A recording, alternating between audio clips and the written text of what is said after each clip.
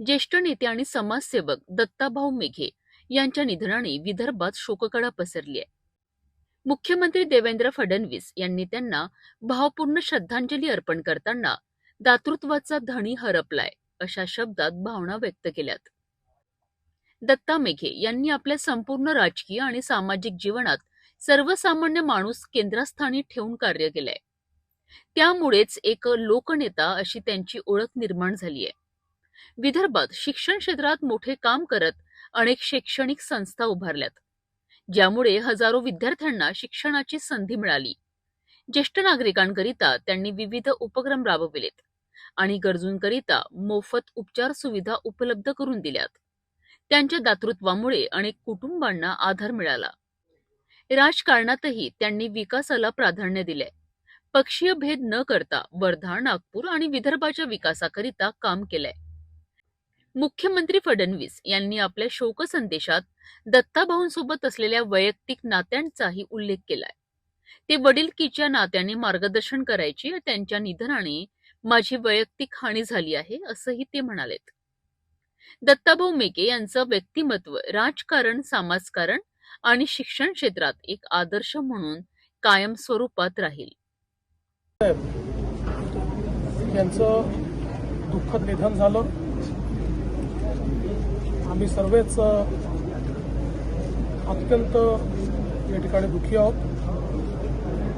आपल्याला कल्पना आहे की विदर्भामध्ये नेत्यांची एक मोठी पिढी ही दत्ताभाऊंनी घडवली आणि विशेषतः शिक्षणाच्या क्षेत्रामध्ये, आरोग्याच्या क्षेत्रामध्ये त्यांनी उभं केलेलं काम हे अतिशय पथदर्शी आहे. प्रत्येक गरजवंताकरता हक्काचा माणूस म्हणून दत्ताभाऊकडे पाहिलं जायचं आणि कोणीही त्यांच्या घरून कधीही रिकामा गेला नाही. प्रत्येकाला नेहमी ते मदत करायचे, सुखदुःखात धावून जायचे आणि म्हणूनच सर्व पक्षांमध्ये एक मोठा मान हा नेहमीच दत्ताभाऊंना मिळाला आणि विदर्भातलं एक अतिशय लाडकं नेतृत्व म्हणून त्यांच्याकडे पाहिलं गेलं. त्यांच्यातला दुसरा सगळ्यात मोठा गुण होता तो विनम्रतेचा.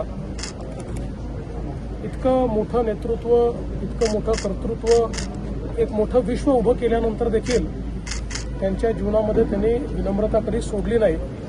छोट्यातल्या छोट्या माणसाला, मोठ्यातल्या मोठ्या माणसाला विनम्रतेनं, अदबीनं वागवायचं, प्रेम द्यायचं, हे त्यांचं नेहमी कार्य राहिलं. मंत्री म्हणून असो, खासदार म्हणून असो, आमदार म्हणून असो, प्रत्येक क्षेत्रात त्यांनी अतिशय उल्लेखनीय अशा प्रकारचं काम केलेलं आपण सर्वांनी बघितलंय. त्यामुळे दत्ताभाऊंच्या जाण्याने एक विदर्भाच्या विकासाकरता झटणारा आणि जनसामान्यांचा नेता हा आज आपल्यातनं निघून गेलाय.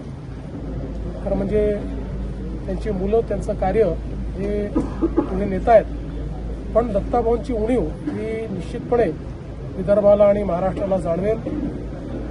माझे अतिशय व्यक्तिगत संबंध त्यांच्याशी राहिले आहेत. माझ्या वडिलांचे त्यांचे अतिशय जवळचे मैत्रीचे संबंध होते. त्यामुळे निश्चितपणे हा एक आमच्या सगळ्यांकरताच अतिशय दुःखाचा दिवस आहे. विशेषतः त्यांच्या कुटुंबावर जो काही आघात आहे तो देखील मोठा आहे आणि त्यांच्यावर प्रेम करणारी जी काही सगळी मंडळी आहे ती सगळी मंडळी, त्यांना देखील हा एक मोठा धक्का आहे. त्यामुळे मी ईश्वराला प्रार्थना करतो की ईश्वराने त्यांच्या कुटुंबाला आणि त्यांच्यावर प्रेम करणाऱ्या सर्वांनाच या ठिकाणी हे दुःख सहन करण्याची शक्ती द्यावी आणि त्यांना शांती द्यावी, अशा प्रकारची ईश्वरचरणी प्रार्थना करतो.